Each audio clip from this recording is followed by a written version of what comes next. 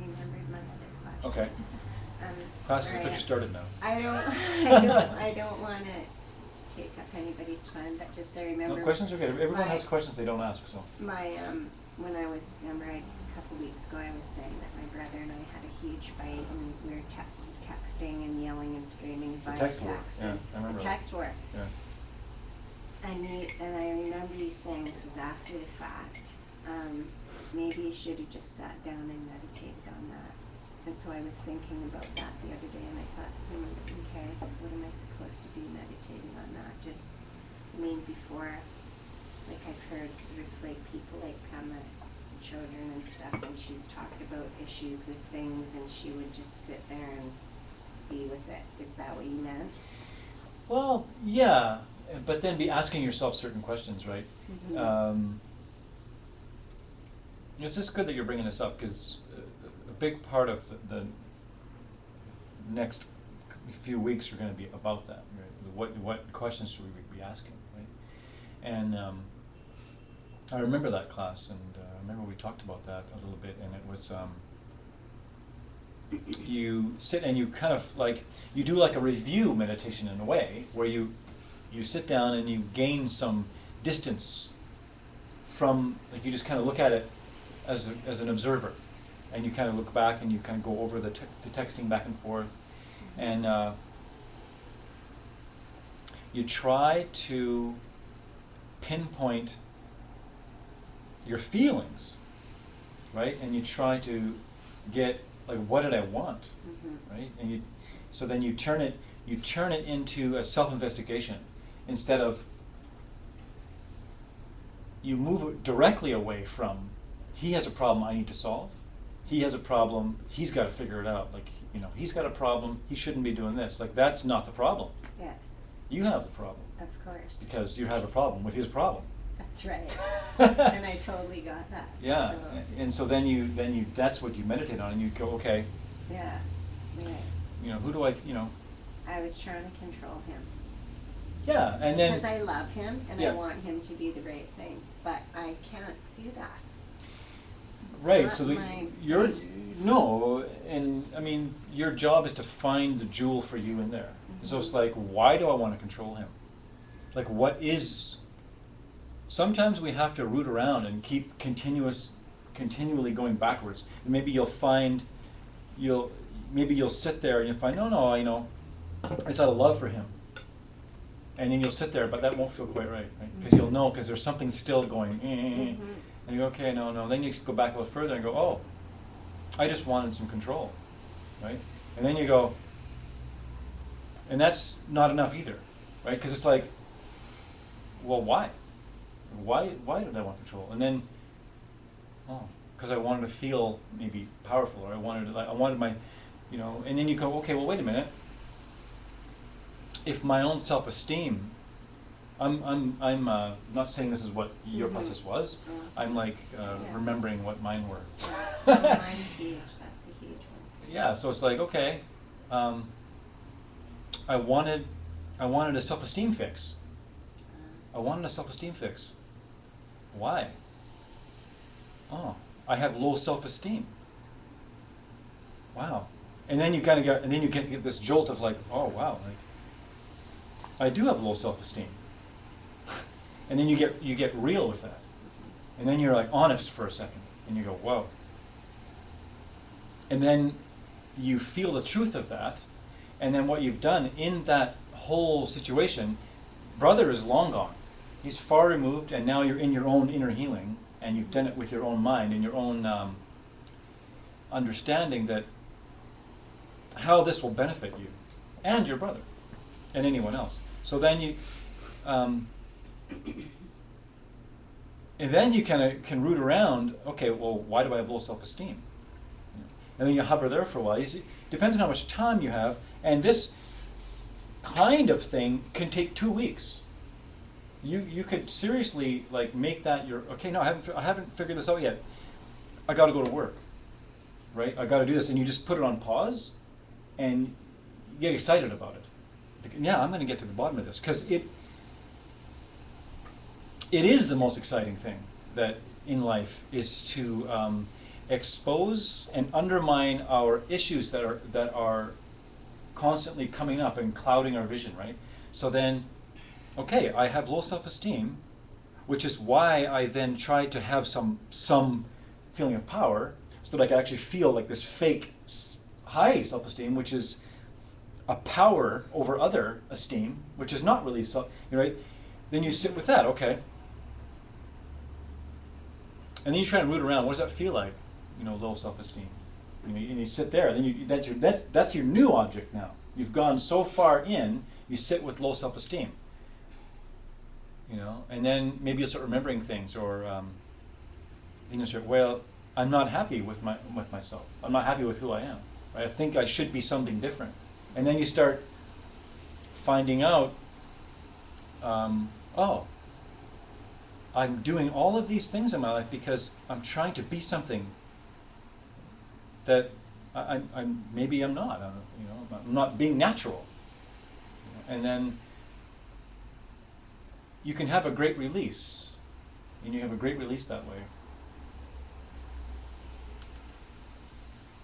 And it is also a wonderful way to ignite compassion for other people when we do those kinds of things, and we find all our little tricky parts we have inside of our minds that we don't want to look at. When we do finally see them, we then get to see that everyone's riddled with them, right? Except for the ones that aren't, and they're around, but many are riddled with them. Then you have this heart compassion, like, oh yeah, then you see someone acting out, and instead of being reactionary, instead of wanting to blame them, your heart goes out and go, wow, they're in some kind of inner pain that's making them do these things. It's a whole other way of walking in the world. And then you become a comfort, because people come to you and they feel comfortable in their pain around you, which is a blessing. It's a blessing if people can be in their pain around you and be comfortable and okay with it, and not trying to put on a persona that's some kind of agitated act that's just not who they are, because they don't want you to see their pain, right? So and that what I just said there just was all a sequential kind of method, just from a simple text, right? It started out like way out there, right? But our minds get so engaged in this outer thing that we think we got to fix, and then you slowly but surely you trail it in until finally you're right down inside the very domain of your own heart, where all the healing it is. And the stiller that you can get your mind, the quicker it'll happen, and the more delight you'll have, and the more freedom and the more humor you'll have with it. Right? Yeah. That makes sense? Thank you, yes. Yeah.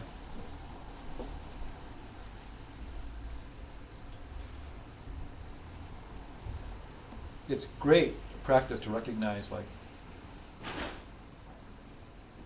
our inner competition with the world and with others, because it can only mean one thing, right? It can only mean this inner unhappiness. It can only be this inner competition that we have with our own selves.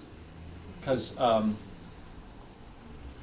if we reach contentment with ourselves, which isn't totally possible, if we reach contentment with ourselves, then we've stepped outside of this domain of competitiveness within our own. So, and then it actually becomes impossible for you to bring competitiveness into the world, because you don't have it anymore, because you've stopped it with yourself. We're always against ourselves. We're always against ourselves out there in the world. We just don't know it, right? It's a war with ourselves, or we're in harmony with ourselves, and this is what we bring to the people around us. Yeah.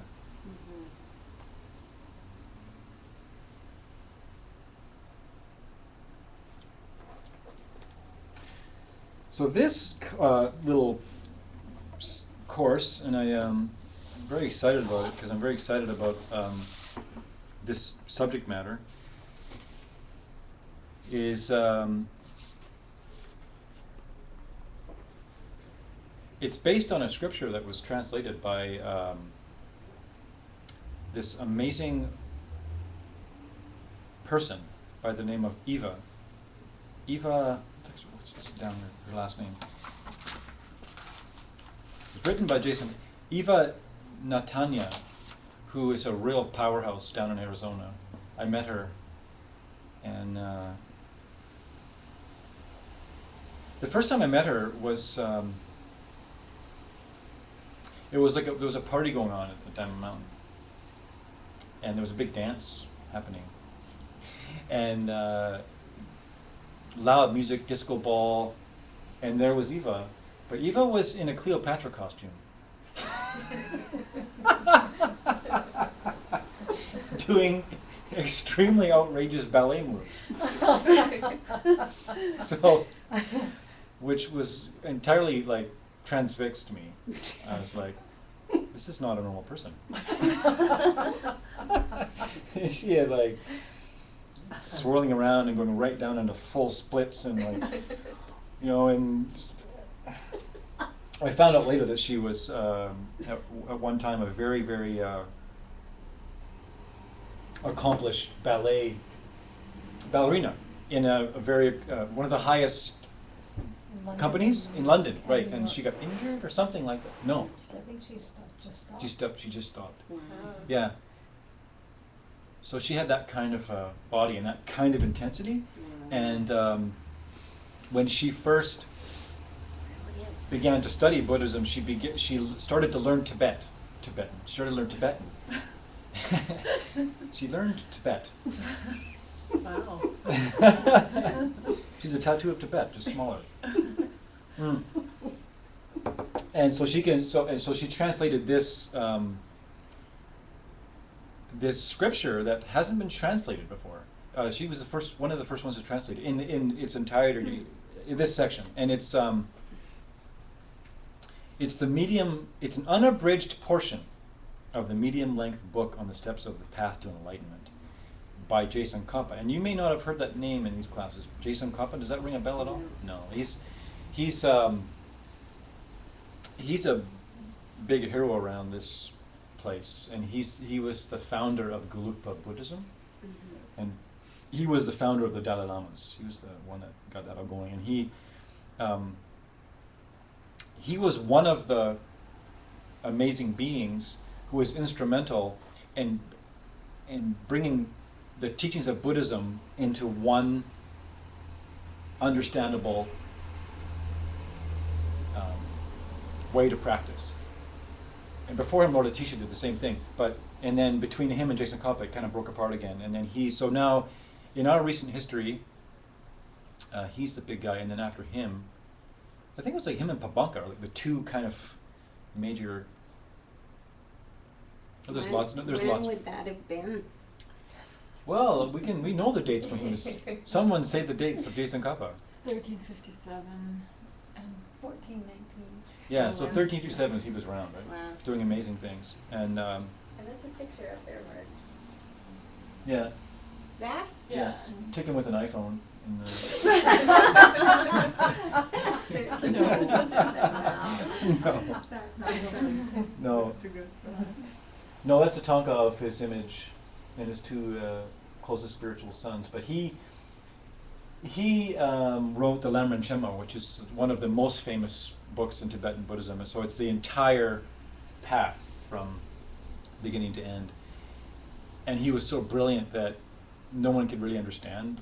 So they kept asking him to dilute it, and he kept shrinking it down and shrinking it down and shrinking it down and condensing it. And we just had a retreat recently where we based it entirely on his most condensed version of the whole path, with his path, which is the source of all my good, in 14 verses, I think. Anyway, that's not this course, but so we're going to talk about the combination of the two is a very two famous things, combining stillness and Vipassana, or stillness and wisdom, or stillness and view. And I love the subject because it's about how to use your analytical mind to get to the truth of how your reality is happening.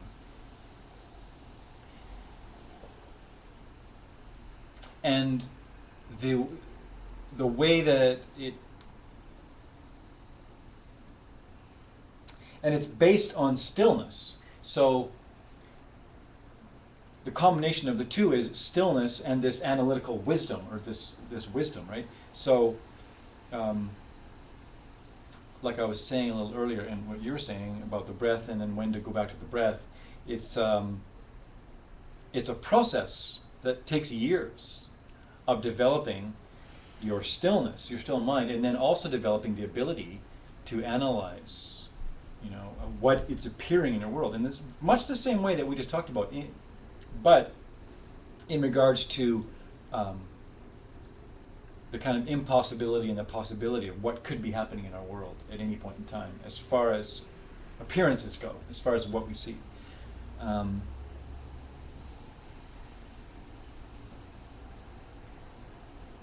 So we're going to do a series of meditations that we're going to analyze, like the view, in a sense, and we'll use certain meditations to get our minds to analyze the things in our lives so that we can begin to gain an understanding of the view. You're going to hear this a lot in this course, is the view, and I'll explain that in a second.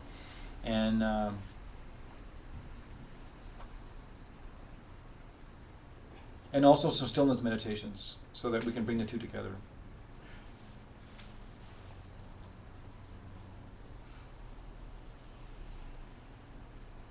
But before we do anything else, we should start in the appropriate manner, which is we should beg for help.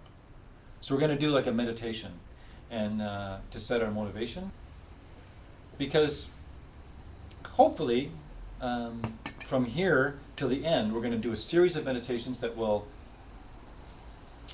ignite our wisdom, ignite the power of our wisdom. So at this point in the game, we need to just ask for blessings and get our motivations going. So let's do a meditation.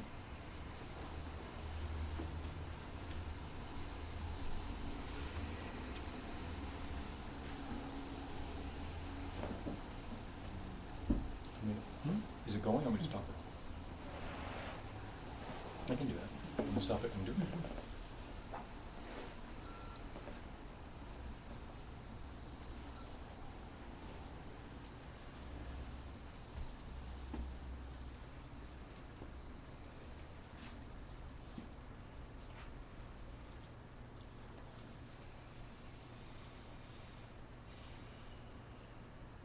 So begin to settle yourself into meditation.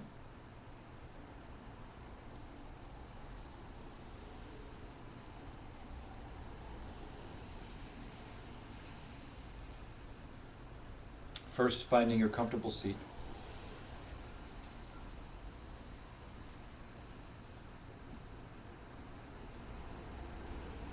So you take the first moments to check in. Start to investigate how your body feels, where it meets the ground or it meets the earth. So you use this as a grounding tool.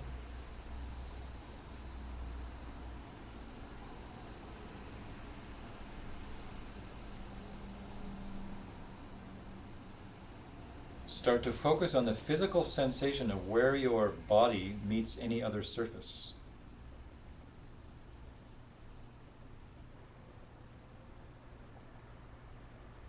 And we begin with the earth, the heaviness, the feeling of where the body meets the earth.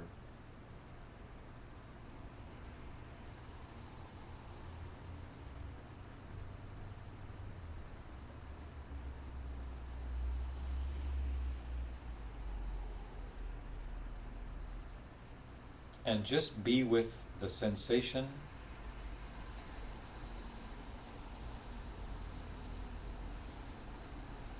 And perhaps by now you're getting good at constantly discarding the mental overlay. So maybe you feel this feeling and then you have this picture in your head of crossed legs on cushion or something like that in your head. And you just, on the exhale, let that fly away, discard it, and just keep coming back to the sensation itself.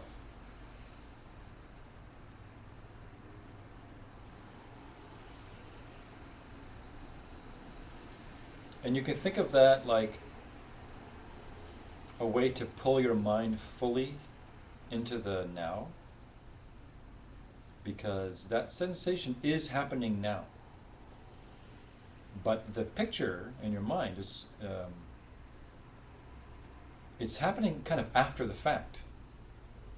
You're like making it up. And you can be fully in the moment by simply being with the feeling.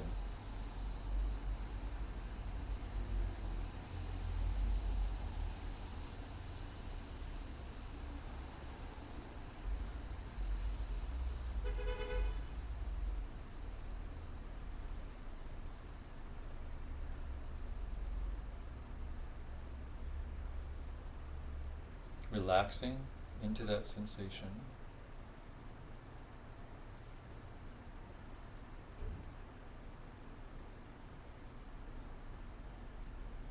Using this process to let go of the past and the future.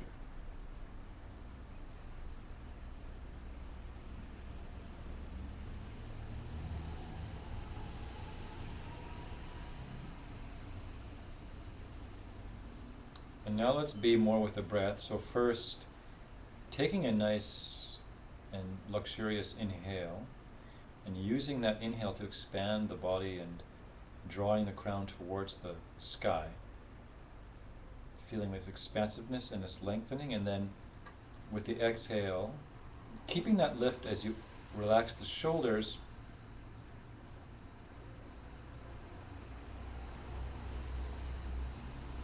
Palms relaxed, shoulders relaxed, heart open and relaxed.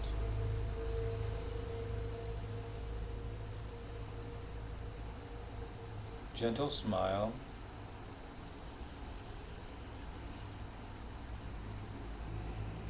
Eyebrows relaxed. Jaw is relaxed.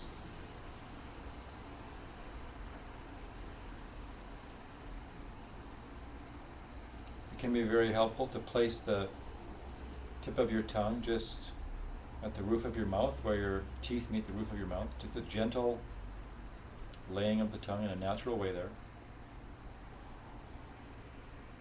It'll help you relax your jaw and your mind as well.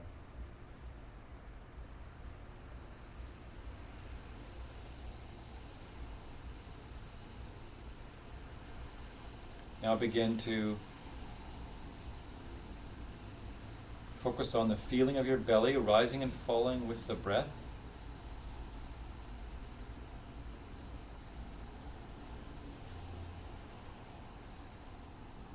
Again, not controlling your breath and not manipulating anything,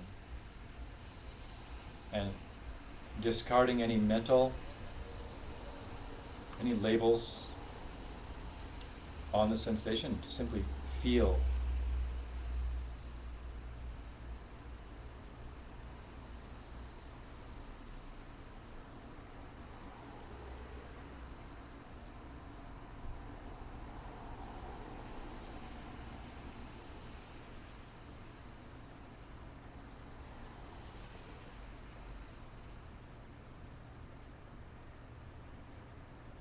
We were saying a little earlier about the sensation of where your body meets any surface, and using the earth as a grounding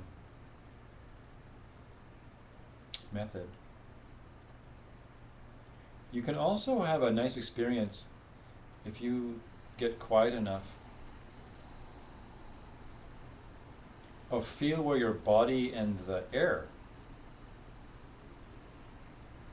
touch each other. And this can brighten up your mind, and it can give you kind of an expansive light feeling. That's a nice combination with the grounding.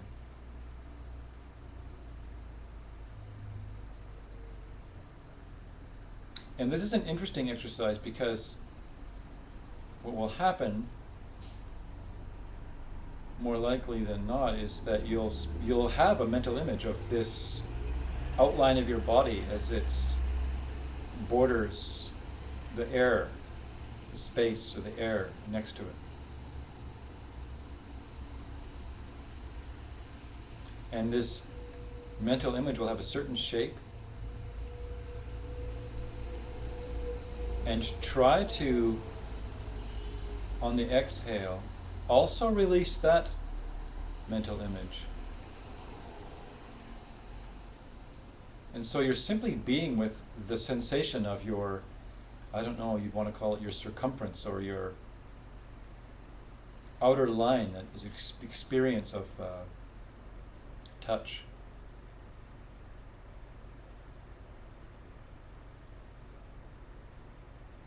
And just be with it. And keep throwing out the label as it pops up.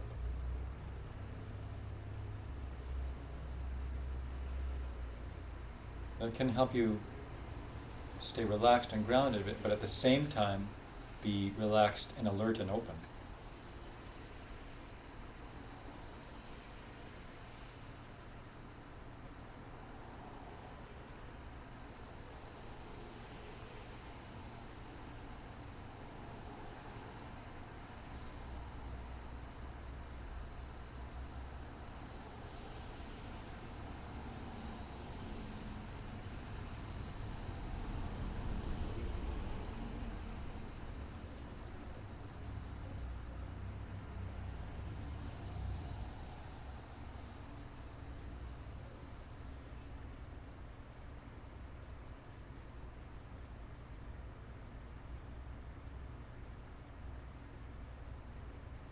And now let's fine-tune our focus a little more by simply focusing on the tip of the nose and watching this place as the breath passes.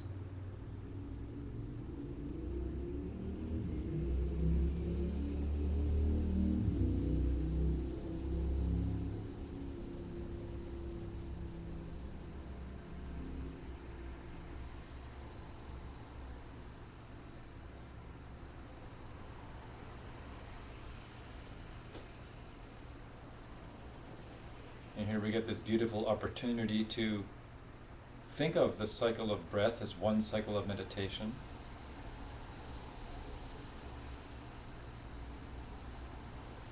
And if necessary, punctuating the exhale and the inhale with a count, if the mind needs it. If you could make it to 10 without being distracted, then you really never needed to count.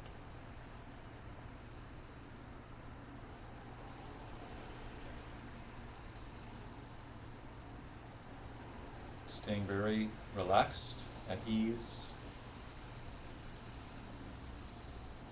Nothing to do. Simply be focused at the tip of the nostrils and feel the breath pass. Forward and in. Out and in.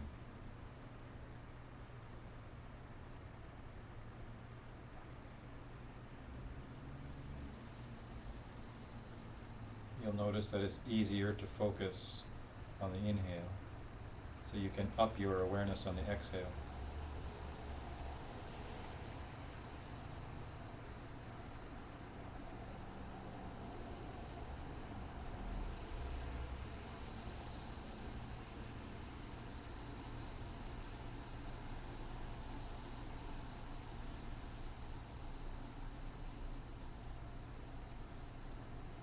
So now that we're relaxed and ready, we'll move into the mental aspect of what we're going to do here.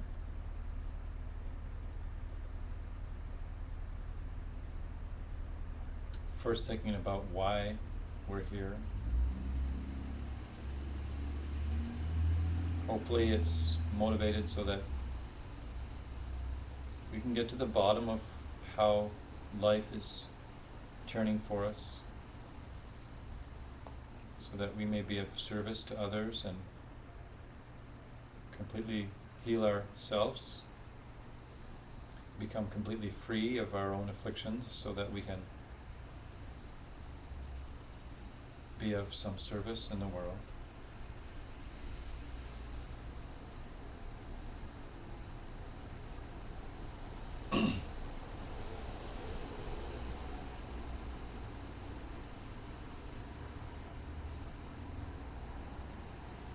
Now we're going to call on upon a holy teacher to help us. It's a very great meditation to do,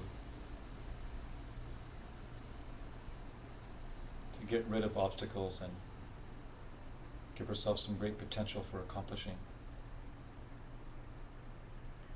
So call to yourself your holy teacher. Now, if you do not have a quote-unquote teacher in this life right now, that you would say, this is my teacher, then pick somebody who you see as being wise, loving, and someone who has perhaps taught you something, but has qualities that you would like to embody. Maybe it's a figure from history. But when you call them, they appear.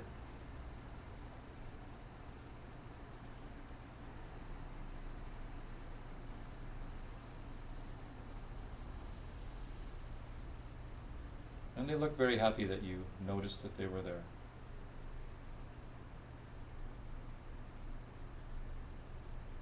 Like they've always been there, just waiting for you to notice.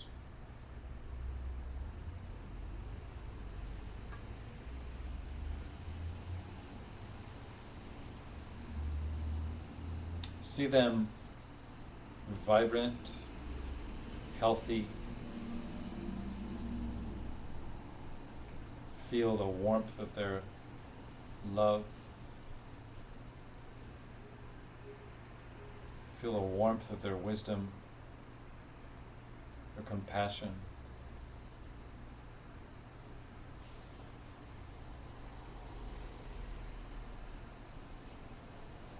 And because we want to be like them, and transcend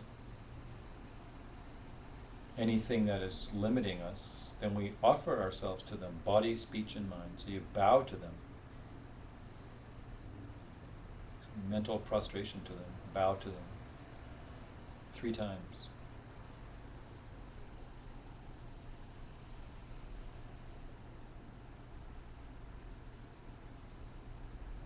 And then you make an offering.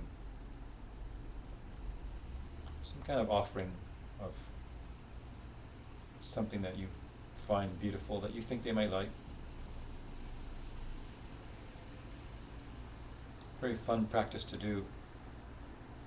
Use your imagination. Maybe you want to offer them a whole sky full of beautiful flowers. Maybe a simple song.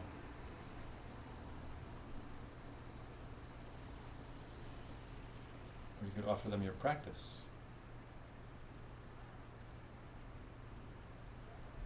Offer them your meditation.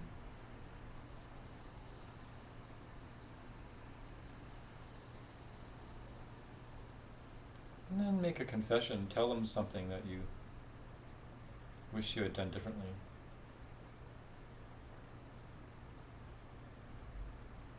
Last 24, 48 hours. And you notice that they already knew anyway. Their love for you is just the same. Just get it off your mind.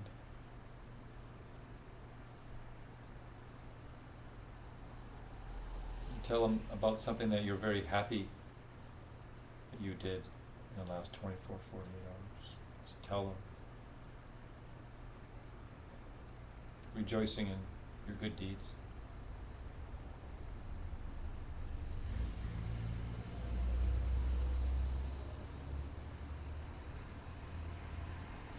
And then rejoicing in the good deeds of others. Tell them about something that someone else did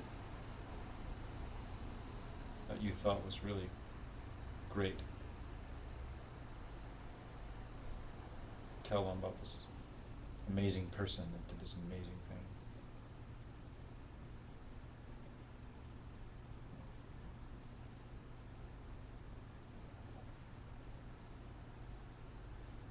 And ask them to stay. Please never leave me. And ask them to keep teaching you. Please keep teaching me in very clear ways that I can understand.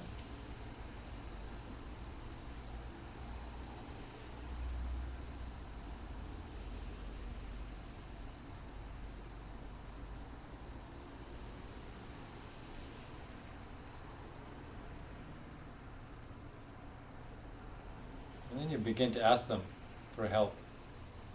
Please help me understand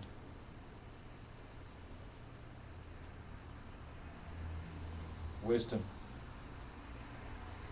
Please help me understand how reality is taking place. Please help me have stillness. Please help me so that I can become completely free and so help all others. And as you ask them this, they shrink down to about the size of your thumb, floating in midair, and they come towards you and turn to face the same way you are, and they land on your crown. Maybe you feel them there.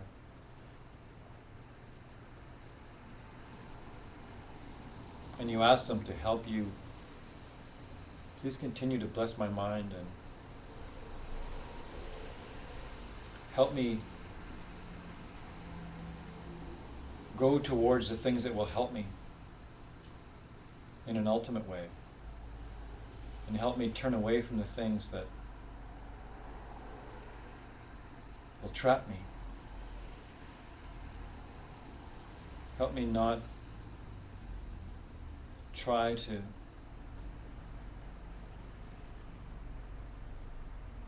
take refuge in just worldly things.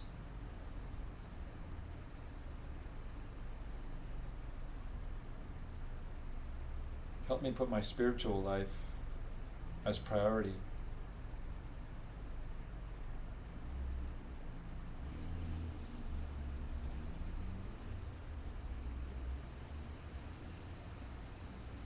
Help me have compassion for others and for myself. Help me want to become enlightened so bad that it's on my mind constantly, and that my actions reflect this wish, and that I may also wish this for everyone else. Help me have this wish behind everything that I do.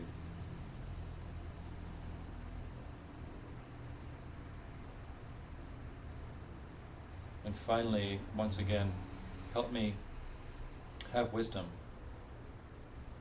Help me clearly see the view that will set me free. And everyone else.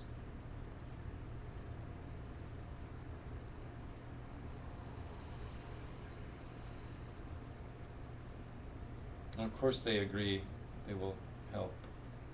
And then they dissolve into light at the crown, and they reappear inside your heart, and then you just focus on them being there. You feel the warmth of them being there.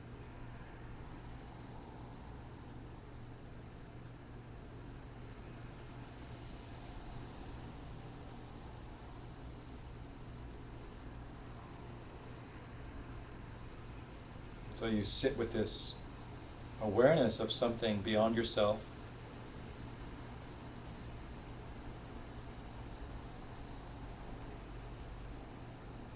This wish for others to be happy.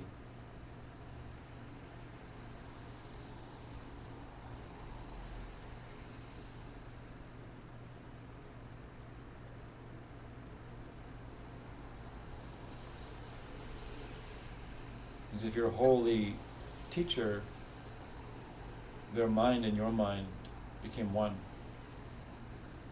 And you could feel their compassion for other beings. How soft it is, how gentle, how loving.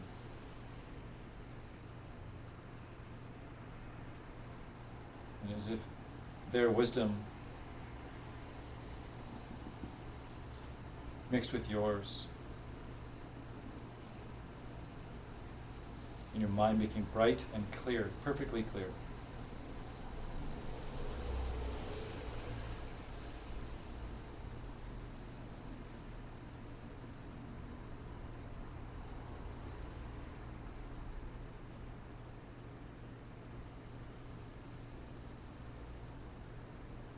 And when you're ready, gently open your eyes.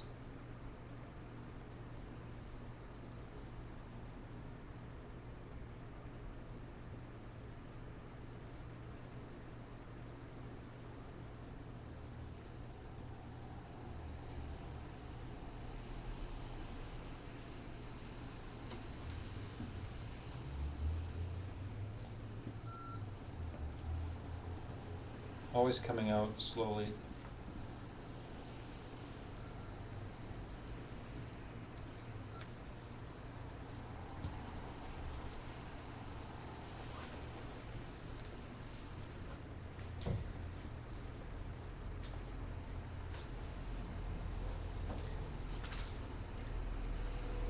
So that kind of a meditation is very, very sweet and powerful meditation to do. You can't do enough of those kinds of meditations where you sit and you simply go into sort of gazing upon a holy being or something like that, that you are looking to bless you, right? And then it has a way of taking you out of yourself, and it has a way of getting rid of obstacles that are in your way, and it opens up the mind. It opens up the path for you. It's just a beautiful, beautiful meditation.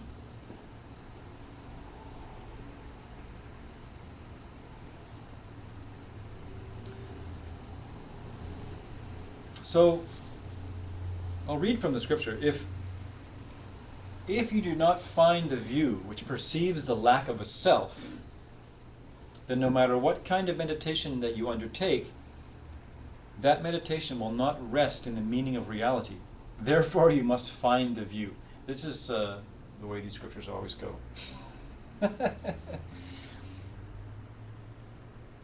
They need a commentary.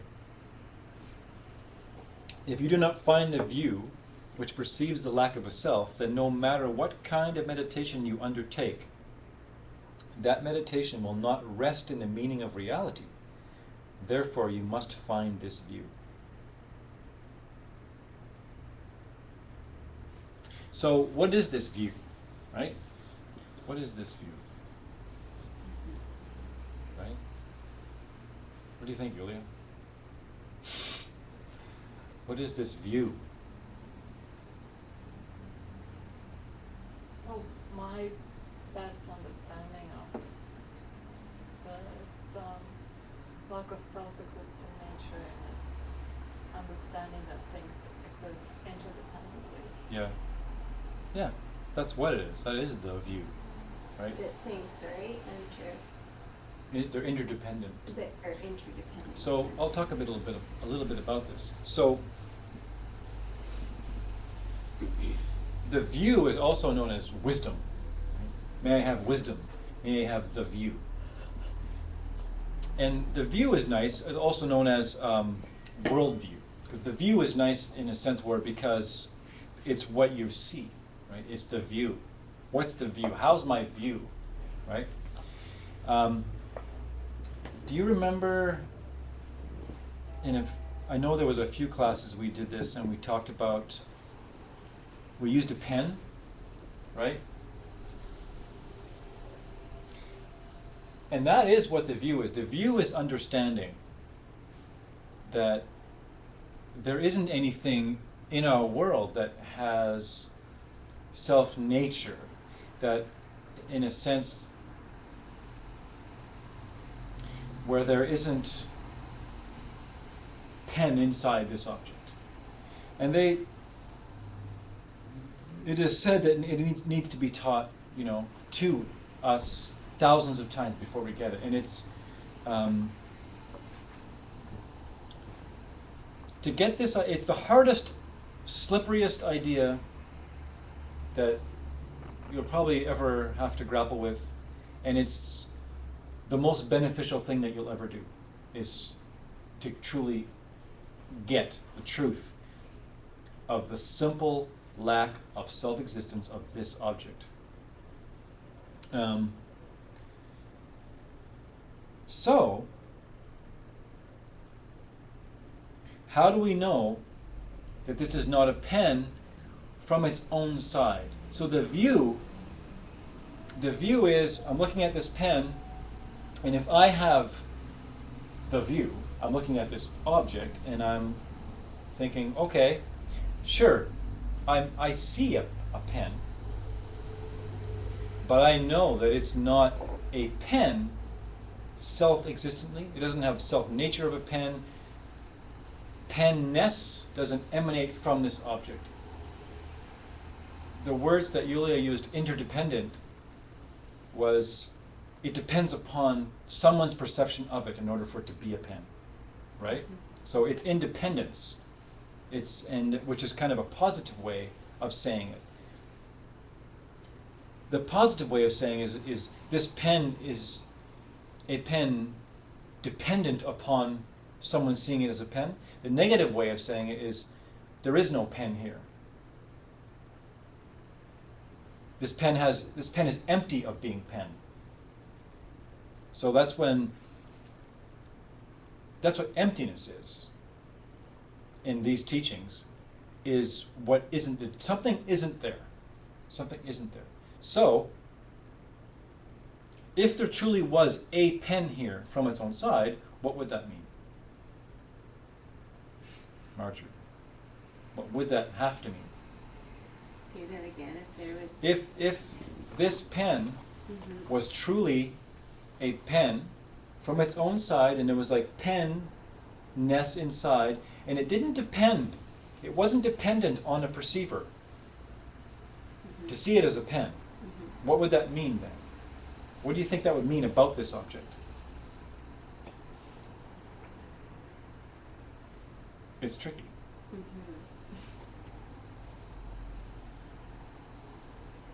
How could it be? It can't think. It can't think. Damn! Why can't this pen think? I'm sorry. It's like, how does it know it's a pen? Right. How does it know it's a pen? If it's... How does this inanimate object somehow know it's a pen? Stupid pen. You don't even know it's a pen. You don't even know you're a pen. No, I don't even know if that's what I mean, but... I think that you're getting somewhere. You know? Like Do it's you feel that thing interdependent. happening in your mind? It's interdependent of... That thing is going here. Because I have a mind and I can look at that and see that it's a pen. I don't understand how, if it's penness is, I don't know what I'm trying to say. That's You're getting there. totally It feels like you're getting there. like how it's an inanimate object, so how can it be know that it's a pen. It's How just could a, it know it's a pen? it's a bunch of molecules and things. Uh-huh. Right. Okay. Help me Yeah. to understand. Yeah. It's a good question to ask. So,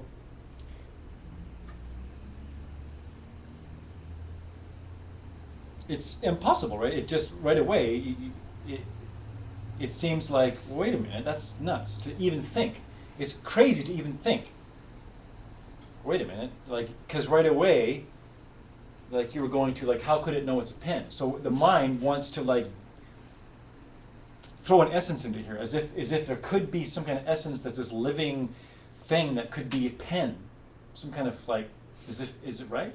Yeah. I mean, mysterious things happen in the mind when we start thinking about these things. So, so let's just say that this pen doesn't have a consciousness. Mhm. Let's say that it's simply an object. It's an object that was made at the Papermate factory, because this is Papermate on it. And they made about 1 million of them. And so it was made in the factory, so it is a pen. It's a pen, and if it didn't require, in other words, if a dog looked at this object, would the dog see what we see? Because what happens when you look at it? What word goes off in your head? You go, right? Instantaneously, there's something in your mind that sees this object and says, what? Pen. It's like, yeah, it's a no-brainer, it's a pen. Is that thing that's in your mind in a dog's mind? Don't know. Well, Probably not. what do you think? No. Probably not, right? Yeah. Probably a dog doesn't look at that and think, oh, great, there's a pen.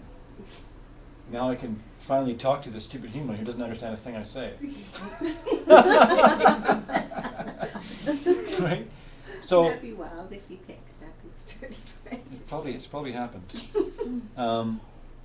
But so what I'm asking is, if the pen was inside the object, what would that mean for the dog? If it was giving off this thing. Mhm. Basically what I'm asking you is, what if things were appearing the way they look like they're appearing? Because it looks like the pen is out there, doesn't it? It might not for a second right now as we enter this slippery zone, right? Like, let's just do it, okay? Look at this object and pull pen away from it and just look at it like a black cylinder.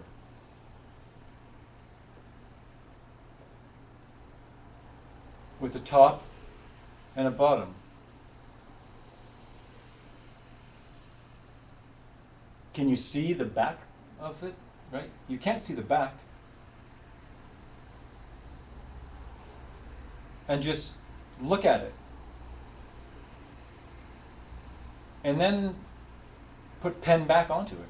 Okay, yeah, return pen to it.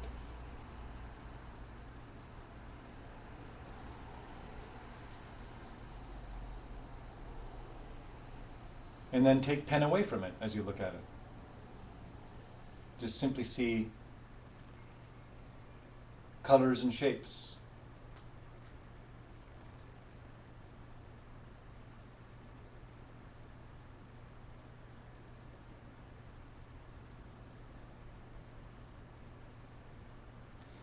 And then try and catch how, when you put pen back onto it,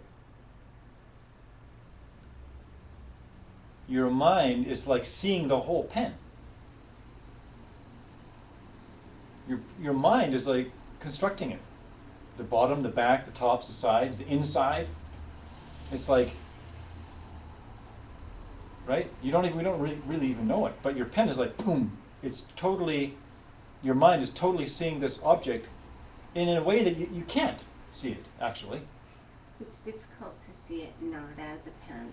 Yeah, right. Even, Right. you know, when you say try not to think of it as a pen, it's like, in mind, it's a pen. Right, it's a pen. Or is it?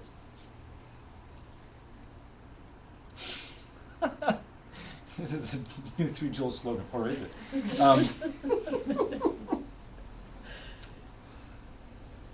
So would you agree with what Yulia said? Would you agree that this object, in order for it to be a pen, would you agree that it's dependent on someone seeing it as a pen before it can truly be called a pen? Yeah. Yeah, right? Okay, so if I put the pen down, what is this object when we all walk out of the room? And there's no dog there either. Is there still a pen here?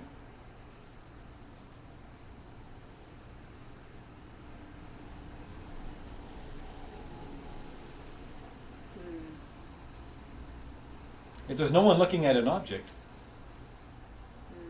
is it anything? No.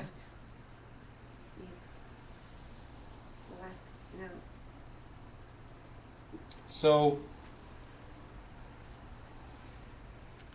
there is something going on here. And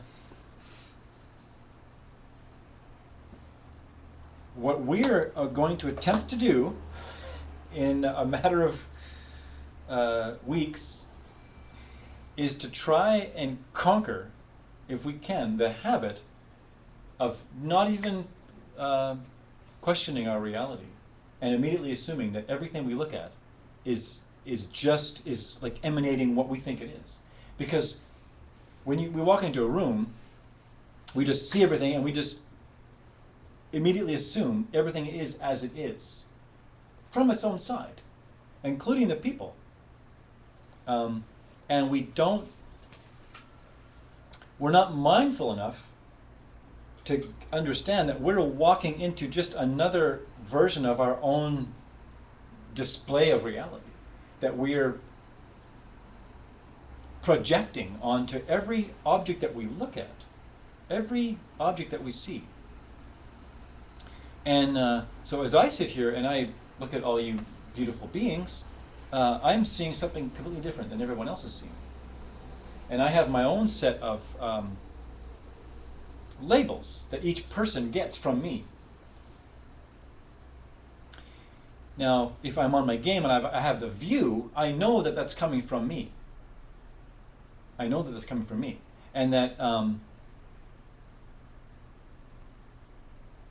if Amanda got up and started doing some crazy dance and made us all laugh,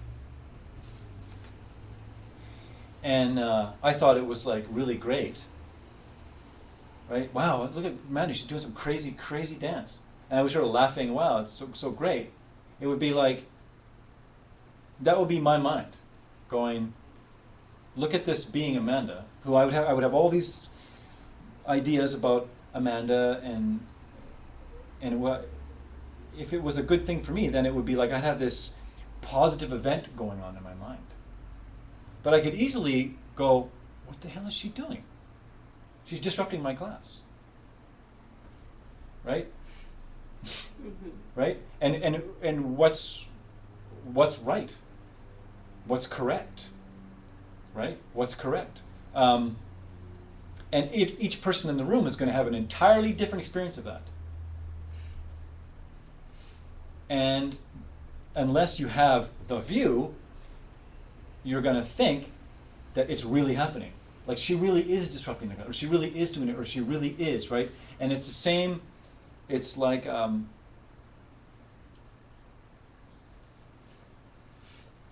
someone really is beautiful,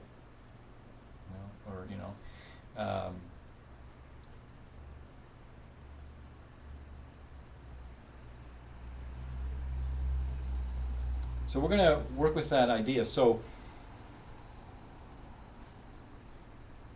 The view is understanding that. And reaching the perfection of that view is reaching a place where you know beyond the shadow of the doubt that that is how your reality is appearing all the time. So it would be like if you knew that, you'd have a much different experience of, like, say, your brother, right? Because you would know that these emotions I'm feeling, they're actually arising from my mind, and we make this just this instantaneous thing, like they're causing that. What he's doing is causing that. And that's just the source of all of our trouble. Thinking that other objects are the direct cause for our good feelings or bad feelings. I was causing that. Yeah. So, But it's a tricky. We're going to talk lots about Yeah. this, so don't worry. We don't have to try and get this in one day, because it's a Yeah. big subject, because there's lots at play, right? Mhm. Like, because we don't get to choose. You see, Right. we don't get to choose, and that's the crucial element in that. And the trickiest thing to understand is that we don't actually get to choose that. Right. And there's something going on. Something has happened in our mind before that has forced this thing upon me, right? Because there is a reason why you see a pen, and there's a reason why you see something to chew on. The fact that you see something to chew on, that's why a person is a dog. Yeah, and the fact that a person sees something to write with is the reason why that person is like a human in that sort of realm. Other beings can look at this, and it can be an object of bliss. You can just look at it and just think, wow, just bliss out on just looking at an inanimate object. And that would be someone, some kind of enlightened being, or someone who's so holy that all they can do is experience bliss. It doesn't matter what they look at. They're just, their body's rushing with bliss all the time. Constantly. And how do you reach a place like that? You imagine, right? If you reach a place like that, how can you ever be angry at anybody? How can you ever, you feel so good all the time that all you want is everyone else to feel that good. And when people do weird stuff around you, that doesn't look weird to you. It's just you see someone who has an owie who needs your help, right? And it doesn't affect you because you've done something. You've done something in your past and in the present that has ignited this perception in your mind of yourself in bliss at all times. And that's being forced upon you.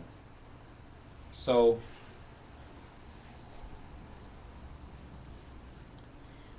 we need to learn to, no matter what sort of meditation we're doing, have this idea present.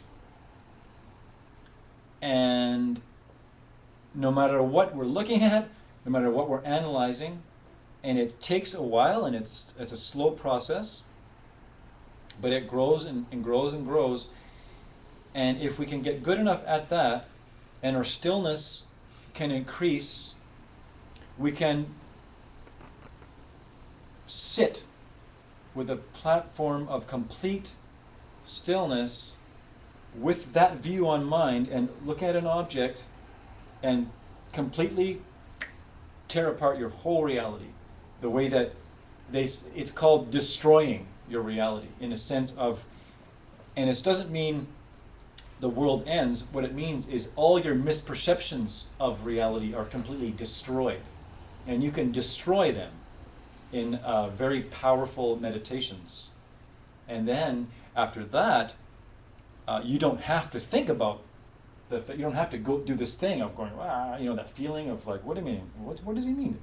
The thing can't think? It's a pen? What's he talking? Like, that thing doesn't happen anymore.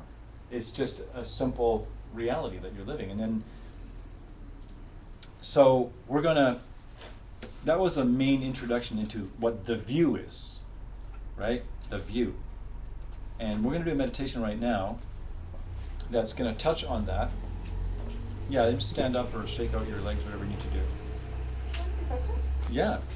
So you're doing a shamatha meditation. Mm-hmm.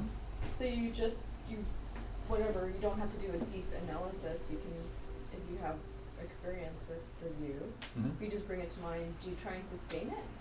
What if your object, with your shamatha object? Yeah, So you try to sustain the view with your shamatha object. if you can. Yeah, that's So what. that's already a combination of the two, no? Well, this is what we're going to be talking about. We're going to be talking about developing that balance of knowing when you should do that and when you shouldn't do that, and knowing like when that's taken away from your stillness, and when it's actually helping your stillness, and when it's building on your wisdom, and when it's decreasing from your wisdom, and because we want to be going towards that, right? We want to eventually be so good at that that we're always kind of destroying. We're always kind of destroying any thought that there could be anything that has self-existence, no matter what it is. So say the breath is the object, Mm-hmm. and it's just like, well, where's breath coming from, or where's inside or outside coming from? Mm-hmm. But without thought, right? No, with thought. But then you have two objects. You have a thought and you have your physical sensation of breath. Right. So this is where you can't do it without thought. So then it's not pure shamatha at this point. Then it's already Vipashyana. It's already the two combined. It's not the two combined until the two really are combined. Right. Right? So it's like our goal is to get to the two combined in an extremely spontaneous and totally natural way. So in the meantime, we have to use whatever basis of stillness we have and thought. And we have to juggle them. So, which means sometimes we'll do pure shamatha and not think of the view because we can't at that time, because we know that we've been doing too much view and our stillness is dropping. Yeah. Okay. Right? And then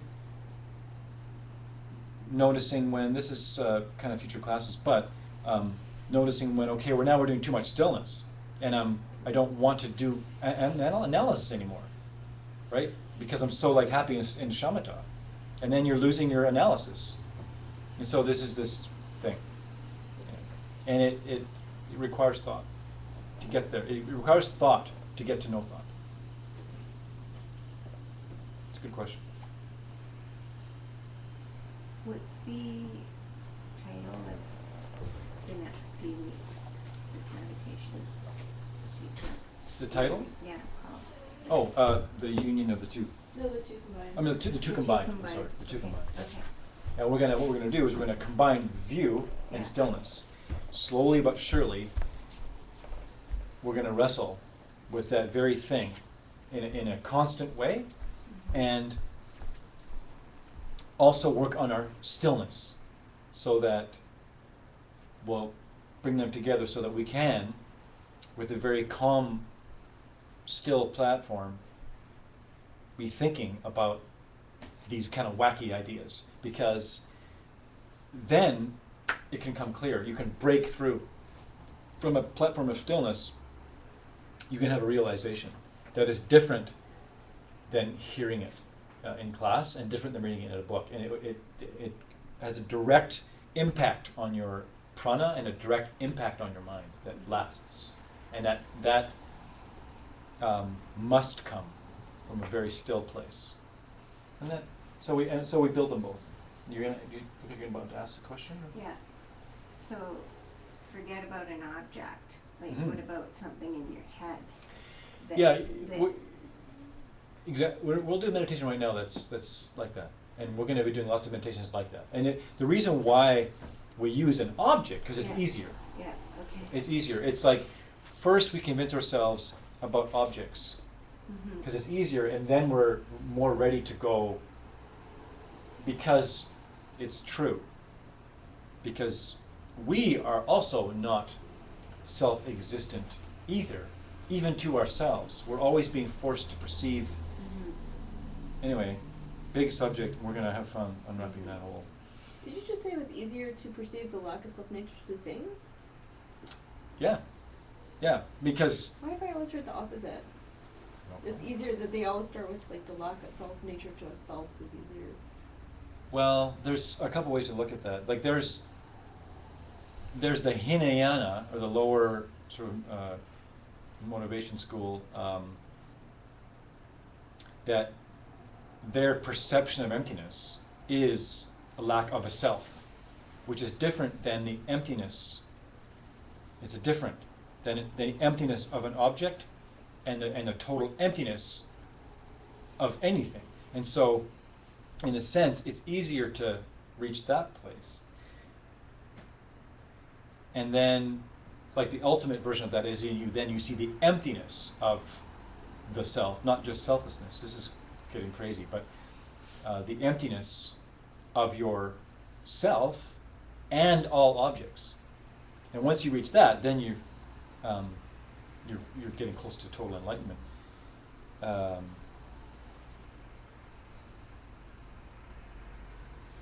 But when we first start learning about this concept, I would never open up a class and start trying to teach someone about the emptiness of their own self first, before waving this thing around, because then we don't have any investment in it.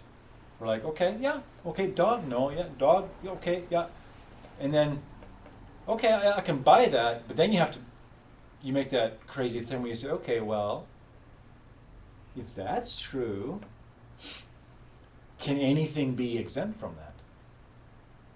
And then the room gets really quiet. Because it's one or the other. It's like everything's self-existent or nothing is self-existent. It can't be that an object is dependent upon me to perceive it for it to exist the way that I think it does, and something in the universe not to be.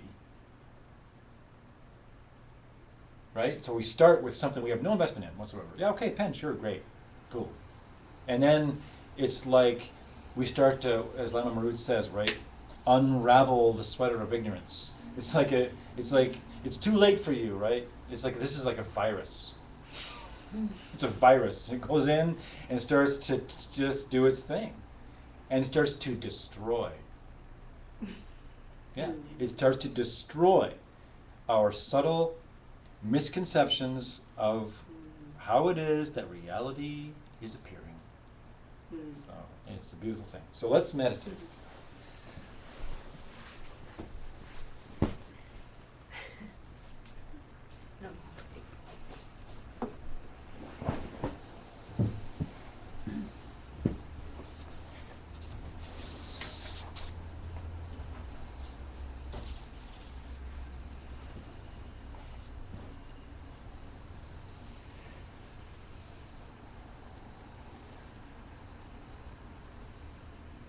So we'll go fairly quickly right into it, but for now let's take a few moments to relax.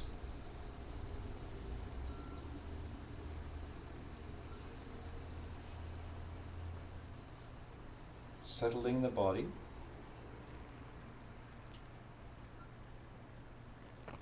We were just meditating not too long ago, so you probably have some kind of tie-in to the sensation of sitting quietly, relaxed and alert, open.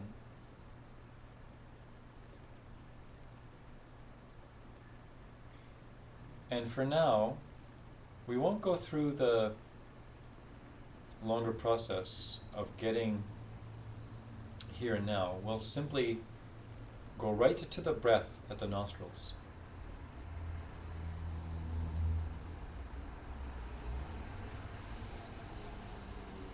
And begin to simply watch the breath pass.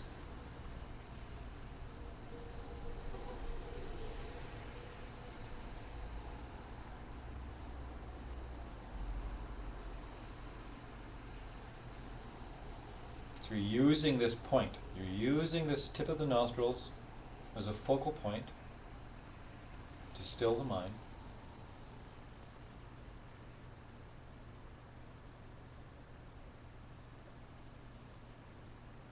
To relax the mind into a still point, not controlling the breath.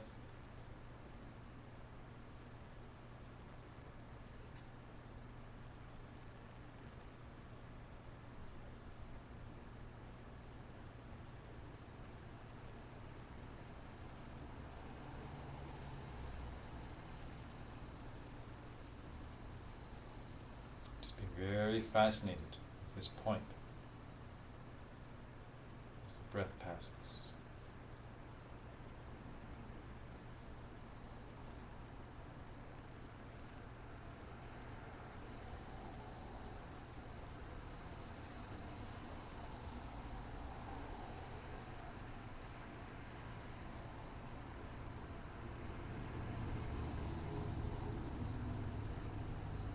Now we're going to start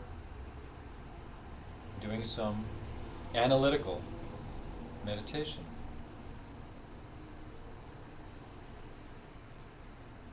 Beginning to wrestle around with our view. Hopefully from a calm enough place.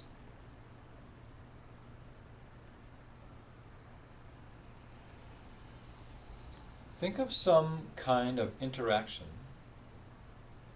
with a pleasant object.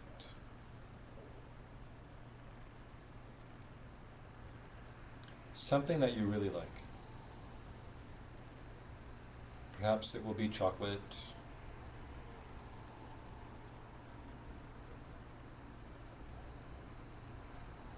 or a song, a hobby, something that you really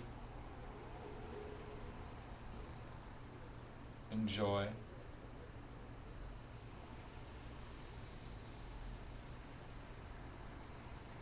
And picture yourself interacting with this object in your mind.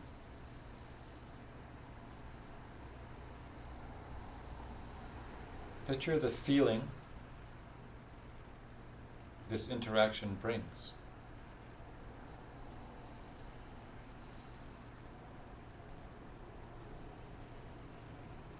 And bring it to mind very clearly.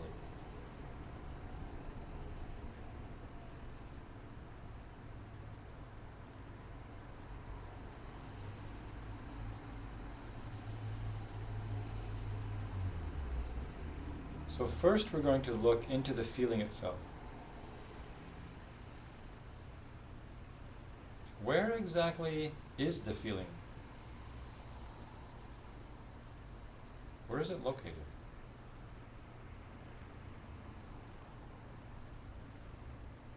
Is it in your mind or is it in your body?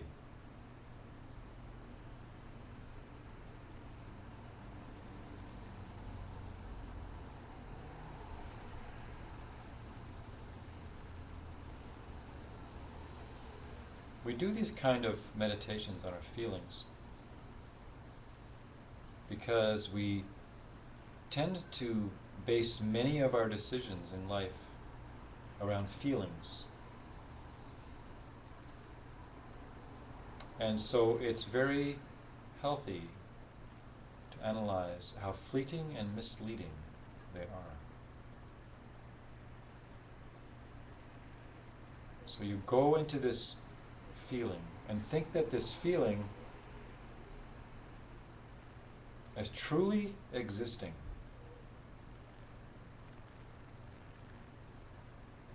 What would that mean?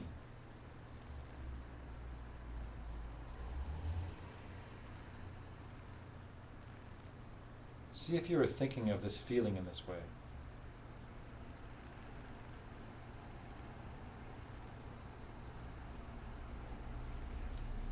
If it truly existed, in other words, if it existed outside of being dependent on your projection of it,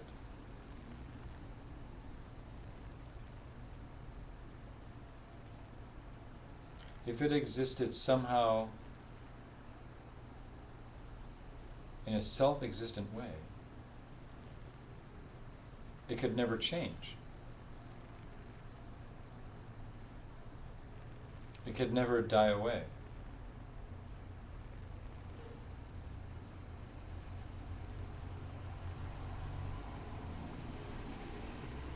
It would be completely static. It wouldn't leave room for any other feeling.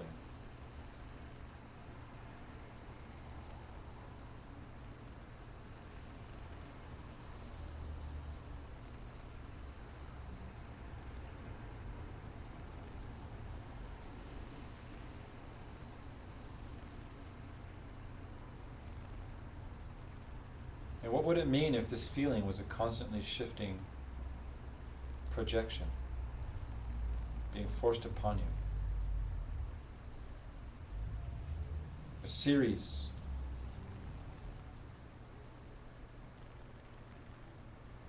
of images, feelings, projections being forced upon you.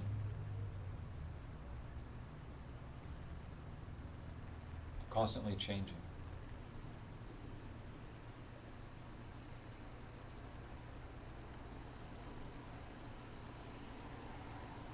And how is that different?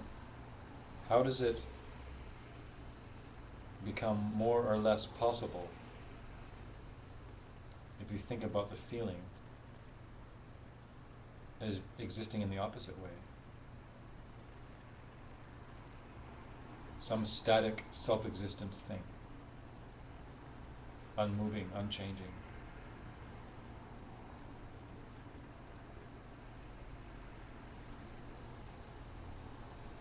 So that was the feeling. Let's go into the object now.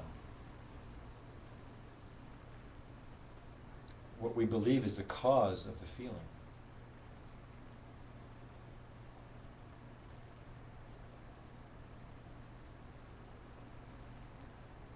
Is the object causing the feeling? It seems like it.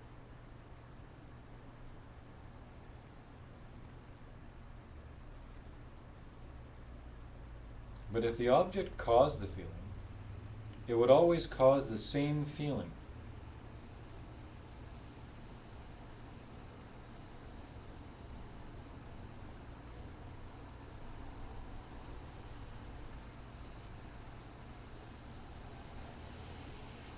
If it's a piece of chocolate,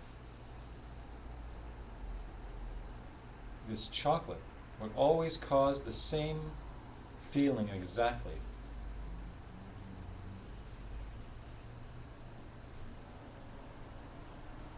And if I'm happy eating this chocolate, and the chocolate was the cause of my happiness,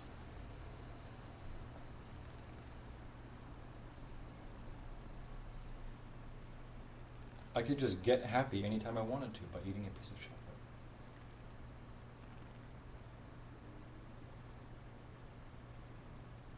No matter what horror had just happened to me.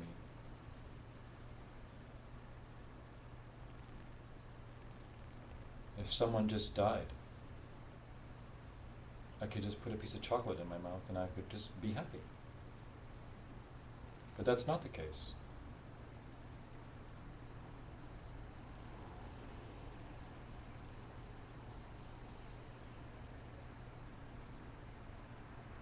Try and think of this object and the different feelings it may have brought up in you.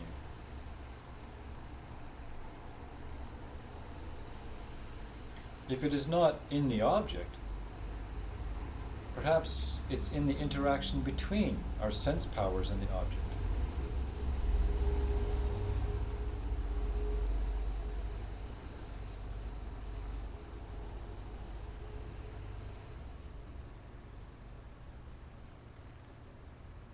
Is it, for instance, the moment when the piece of chocolate touches the tongue? Where is the start of the feeling?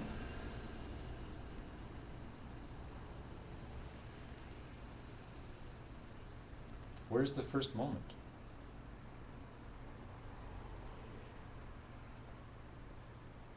Is it triggered by the first moment of contact with the object? Is there a cause that you can point to for this feeling?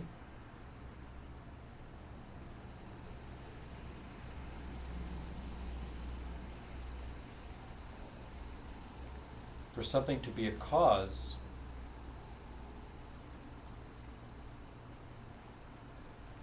it must always be the cause.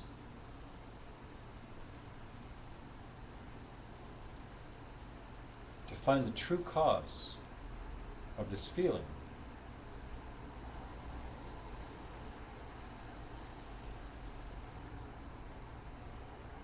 the true cause of this feeling was chocolate, then chocolate would always have to make me happy.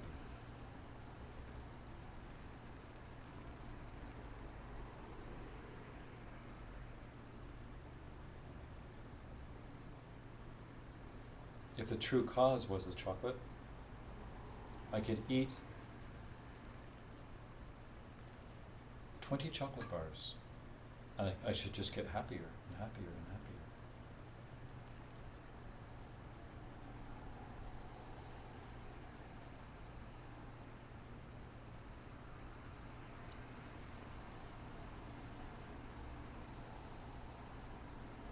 happier. If it was the cause for happiness, perhaps I could never be happy without chocolate.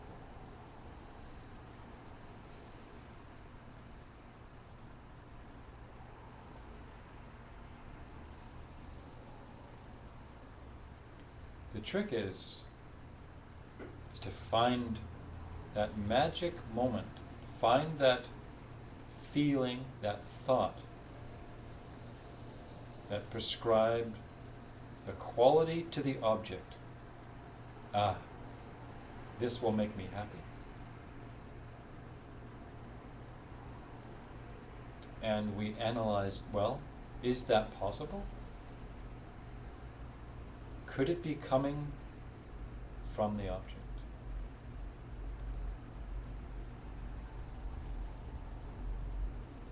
And we sit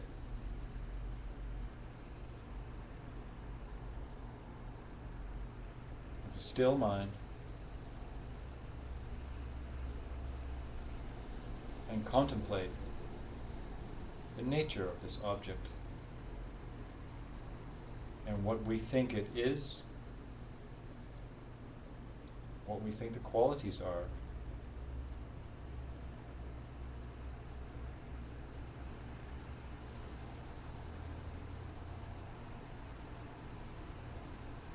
Over and over again.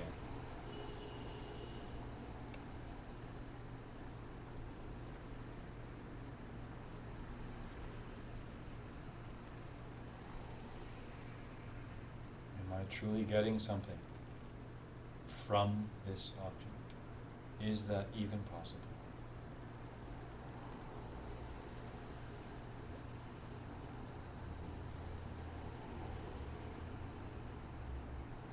Is this object the cause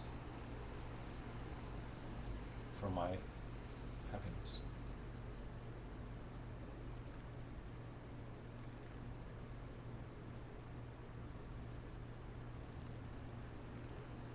And then so we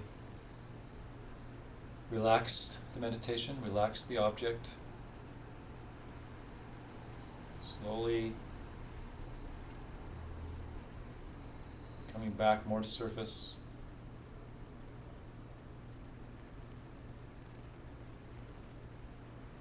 Bringing your mind back to the room.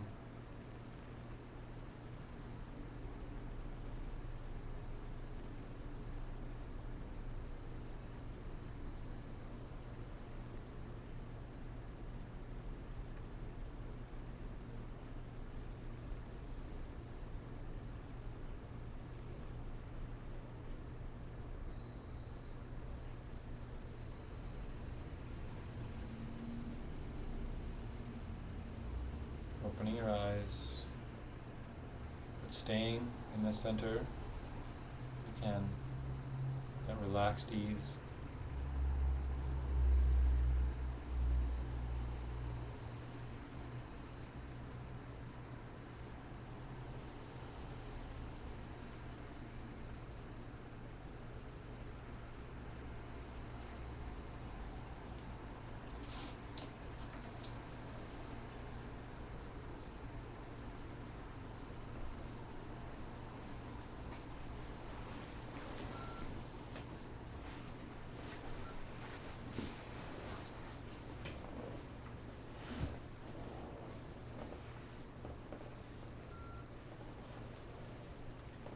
So we'll do a series, progressive meditations like that, and we'll go after different objects, different things. We'll talk about balancing the shamatha side of things, stillness side of things, with the analytical, and we'll talk about the benefits of both and the obstacles of having too much of one and less of another. And it's a balancing act that you have to find your own kind of way, and over the years, you'll fine tune it to come down to a single point, and then you'll sit, and you won't have to be juggling. You'll reach this very, very still focus point. It may take a few months, it may take shorter, it may take years, but it can unravel misconceptions and eradicate mental affliction, because you get to see where they are. Right? You get to see where they are, what's making them, what the causes of those things are, and then. What does shamatha mean? Shamatha is another way of, it's a Sanskrit word, and it means what's the direct translation of shamatha? Stillness? Calm abiding. Calm abiding, right? Calm abiding. So if I say stillness, I'm also meaning like shamatha. So like when we go focus on just the breath, say, we're working on the ability for the mind to simply be still and be able to focus single-pointedly on one thing, and that can take a while because the mind just resists that at first, as everyone knows. And what does Vipassana mean then? that's like the analytical, or the view, or the insight, or the you can think. One way I like to look at it is, you can think of stillness. You can think of what we want is to have a platform of stillness, right? So you can think of maybe this binder as your stillness, right? And then let's just pretend that this is a microscope, right? And the microscope is your like looking glass, right? And so that's your vipassana, right? It's like you look with that, and they're different jobs that the mind has, right? There's and if you're developing this very, very critical, laser-like focus that can just stay and focus and analyze what's appearing to your mind, and scrutinize with the stuff that we've learned before. You bring it to bear in your meditation, and then your stillness is supposed to be, at first it's like this, right? And if you got your thing sitting on here, the microscope can't look at anything clearly, and then slowly over time this starts to get more and more still, and then your microscope gets so that it's not waving around so much, and then finally it's even if it's just moving a little bit, you can't quite get it, but once in a while, even before that, it'll just go still, and then this thing just can sit still, and then maybe this isn't developed quite, and the focus isn't developed quite, right? So we're working on both, and so it's like if you do too much focus, then you're like this, right? Instead of this nice, and you do too much stillness, then and not enough analyzing, this gets us weak and it's like useless. We have to develop both. It needs to be a perfect union of both to reach the ultimate goal of what we're trying to do. But along the beautiful thing is, along the way, our lives benefit, right? Before we reach the pinnacle point of really blowing the view wide open,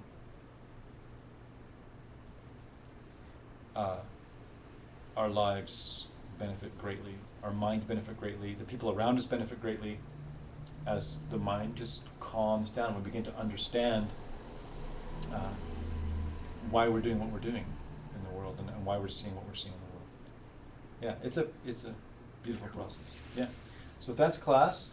So for today, let's just quickly close your eyes for a second, and just before we close, just make a little prayer in your mind.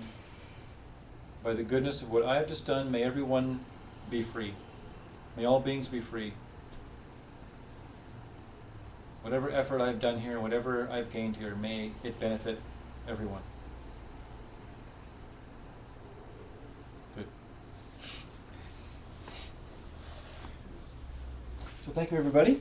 Thank you.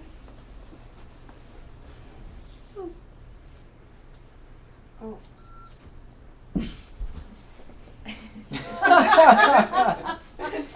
I'm learning. That's okay. We're gonna definitely pass these around. Himalayan pink salt peanut butter.